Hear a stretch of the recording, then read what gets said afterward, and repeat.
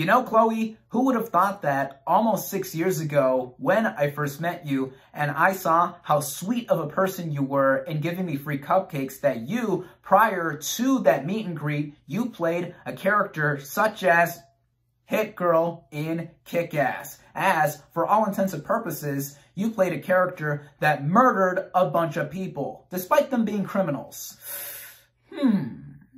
Whatever. You're still cool anyway. By the way, for those of you wondering if that pic is real, yeah, it is. Here it is in its full size and in color. Ho-ho, be very, very jealous.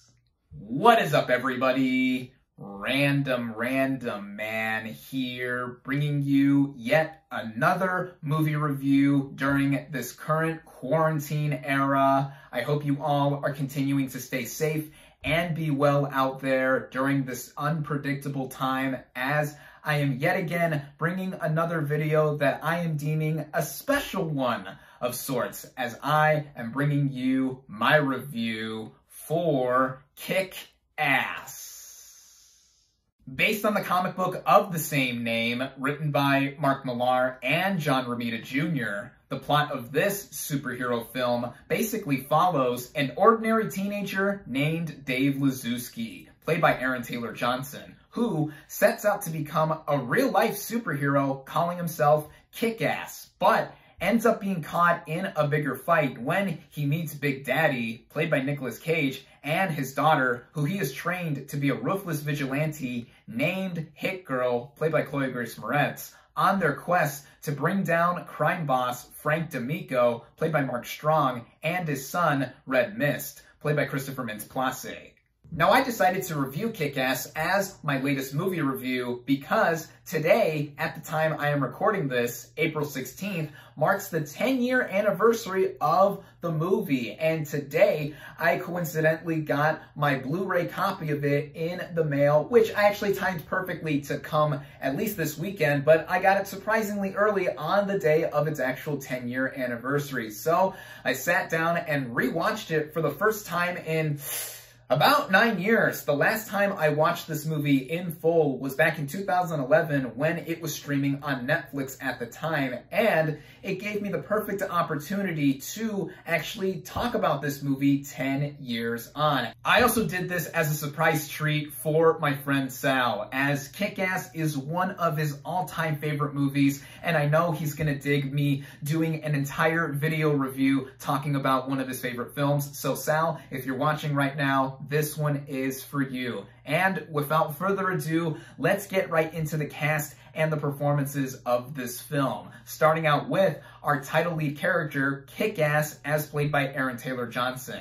This actor really couldn't have been more perfect for this role. Just the way he looks and the voice that he uses in playing this very gawky, dorky teenager really fit the mold for what the character had to do throughout the entirety of this film. He's just about relatable to anybody who is into comic books, superheroes, or since he becomes a real-life superhero, someone who has ever dreamt of wearing a mask, wearing a costume, and going out there and fighting crime. And like I said, with Taylor Johnson's performance, he is outstanding here and would eventually go on to show more tremendous range, like in 2016's Nocturnal Animals, where he gave a deservingly Golden Globe Award-winning performance for the chilling turn in this thriller. And to see him go from Kick-Ass to this, it's amazing to see. Getting into our supporting players, we have Mark Strong as Frank D'Amico, the movie's main antagonist. He is no stranger to playing villains in other movies. Prior to Kick-Ass, he was in 2009's Sherlock Holmes, directed by Guy Ritchie, which I watched for the first time a few weeks ago, and he made for a formidable villain there. And most recently, he was the villain in 2019's Shazam, where he played Dr. Savina. But here in 2010's Kick-Ass, I gotta say he gives my favorite villainous performance in this film. He plays somebody you do not want to mess with, not just in his look, but in how he relentlessly wants to get after anyone, or specifically once he finds out, the people who are going after his men and picking them off one by one. Speaking of favorites, we have Nicolas Cage's Big Daddy here, and this is one of my favorite performances of his as well, as we so see the motivation of him going after our main villain, and just the way he brings on his own persona there, acting like Adam West's Batman, with his costume resembling a leaner, armored version of Batman's actual Batsuit, and just the way he goes about presenting himself. It's so good. It's pure gold, and Cage here really dedicates himself to the role. There's also Christopher Mintz-Plasse as Red Mist, the son of Frank D'Amico. We all know and literally love him as McLovin from Superbad, and that's probably how he's going to be associated for the rest of his life, but I thought he was very good here in Kick-Ass. But the real breakout star of this film is Chloe Grace Moretz as Hit Girl. It isn't just because of the novelty of her being about 11 years old, I believe, at the time of shooting the movie, and going around beating up a bunch of gangsters, killing them, swearing like a sailor, all of that, but it's because her character is believable in being the daughter of somebody who is out for revenge for what was done to him and his then pregnant wife, who eventually gave birth to Hit Girl, and just her going about her focused demeanor. It's something that is one of the best child performances that I've seen from the past decade, and Moretz herself would go on to have a pretty layered career. Even before she took on the role of Hit Girl, she was already acting in a bunch of stuff since she was a kid. So everyone here, no matter the role, I think did a really great job. Getting into the movie's script, which was co-written by this movie's director, Matthew Vaughn, as I said before, with this movie being relatable to our title lead character, the whole movie has this very grounded feel in that, yeah, it has a bunch of characters who dress up like superheroes and act like vigilantes, but none of them have superpowers, which is the big thing that this movie has going for it, and having us see what it would be like to a realistic extent if people went out to fight crime, but also having real-world consequences throughout it all. This is what separates this movie from other films within its genre, as at the time of this movie's release, yes, the MCU was slowly rising. Iron Man 2 came out a month after this film, and it was about a decade after the superhero/comic book genre was revived and became legit, and the movies would only get bigger and bigger as we've all experienced within the past decade. But here came a film that brought it down to a smaller scale. In fact, this movie was made like an independent film, as it didn't come from a major studio, but with the passion of the filmmaker behind it, and not just for the source material that this movie is based on, but also for the genre as a whole. And I think that's what Matthew Vaughn did to a very inspired extent. He would actually go on to direct X-Men First Class a year after Kick-Ass came out, and I think that he improved as a filmmaker in that regard. But with Kick-Ass and what he does there, it all came together to a very layered extent, despite all of this happening with a very crass kind of sense of humor. Which brings me into the blending of the genres that are put at display here, as this movie is hysterical as a comedy, but also mixes in action and drama to a very unique way that it made for a film that had no other appeal like it, aside from other R-rated movies that came before it within the comic book genre. But this film, I think, is among the few that is able to stand out from the rest. And stand out this movie did, as it was pretty controversial upon its release. This is mainly attributed to Moretz's Hit Girl, as not just the action she did on screen, but also what she said,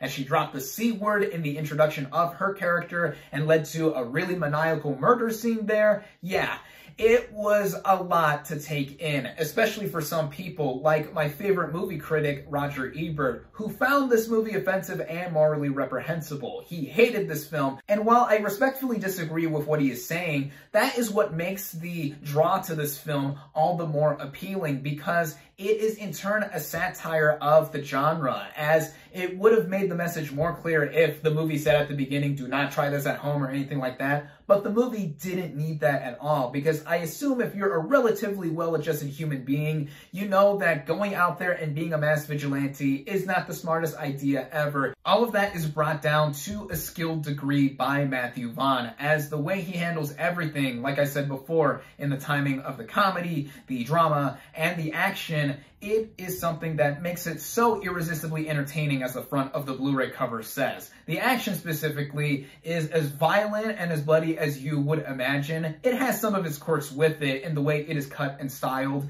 but I think that it still makes for something that is very satisfying, to say the least. I do have to say that I am not the biggest fan of the use of digital blood in here, because looking back, it does make some of the movie look more fake than it is, but I understand that the intention was to make it look like a comic book, what with the colorful costumes that the characters do wear. But yeah, the movie overall, in handling its budget, was done so mostly well. And while we're on the topic of issues, even if minor, one thing that did stick out to me upon rewatching this movie is one little plot thread that didn't make entire sense. If you're for some reason one of the few people out there who haven't seen Kick-Ass still, without giving anything away, there's something involving an impersonator of our title character, and it being revealed that it's not Kick-Ass. Like, how would law enforcement or anyone else be able to figure out that that person wasn't Dave or anything like that? Because anyone could be Kick-Ass and putting on the same exact costume or anything like that. Like, that minor detail did not make sense, but it's something that's fleeting and only happens for a few minutes or so. The movie also eventually segues into becoming more Hit Girl-centric, despite her and Big Daddy having a lot of backstory given to them. It only made sense, though, to have everything culminate with her being at the forefront in the final half hour of this film, with Kick-Ass right there in the background still doing stuff. But yeah, he isn't as much at the forefront as he was in the first 3/4 of the film. But all in all, in coming together at a well-timed just under 2 hours in length, this film still mostly holds up. There were several moments throughout that did have bits of nostalgia thrown at me, and being very delighted to see how they played out again, like when I saw this movie years ago back in middle school, at the age I wasn't supposed to be seeing movies like these, but oh well.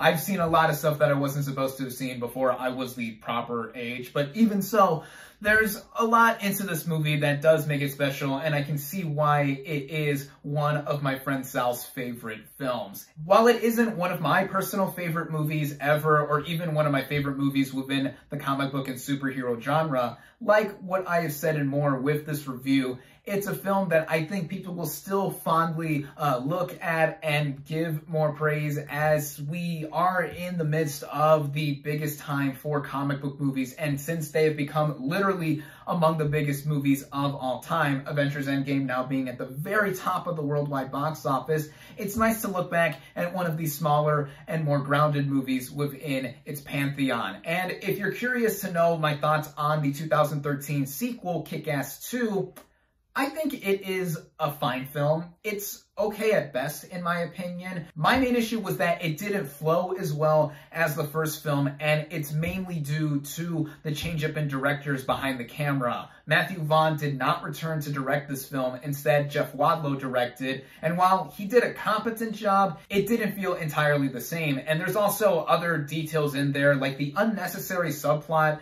that was Mean Girls-esque involving Hit Girl, and other stuff that didn't mesh as well as the first film. But from what I remember, the performances, the action, the comedy, all of that was mostly still intact, even if it was an inferior product to the first film. Recently, as of 2018, it was said by Matthew Vaughn that there was intent to reboot the Kick-Ass film series, but nothing else has been mentioned since then. And even today, at the time of this recording, there was mention on the Instagram Live by Chloe Grace Moretz in her having Christopher Mintz-Plasse and Aaron Taylor-Johnson with her and answering questions for the movie's 10th anniversary. There were rumblings of sorts, but yeah, don't take them to heart, really. Even so, with that live stream, it's clear that there are still those very much attached to this film and all that it did back in 2010, and even in holding up today, in my opinion, Kick-Ass comes definitely recommended. My final verdict for Kick-Ass is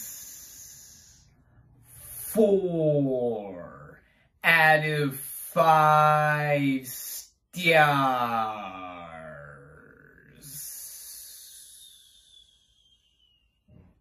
Thank you all, as always, for watching. Be sure to like this video, comment on what you thought of Kick-Ass. Social media links in the description. Subscribe to my channel for more, and I'll catch you on the next movie review.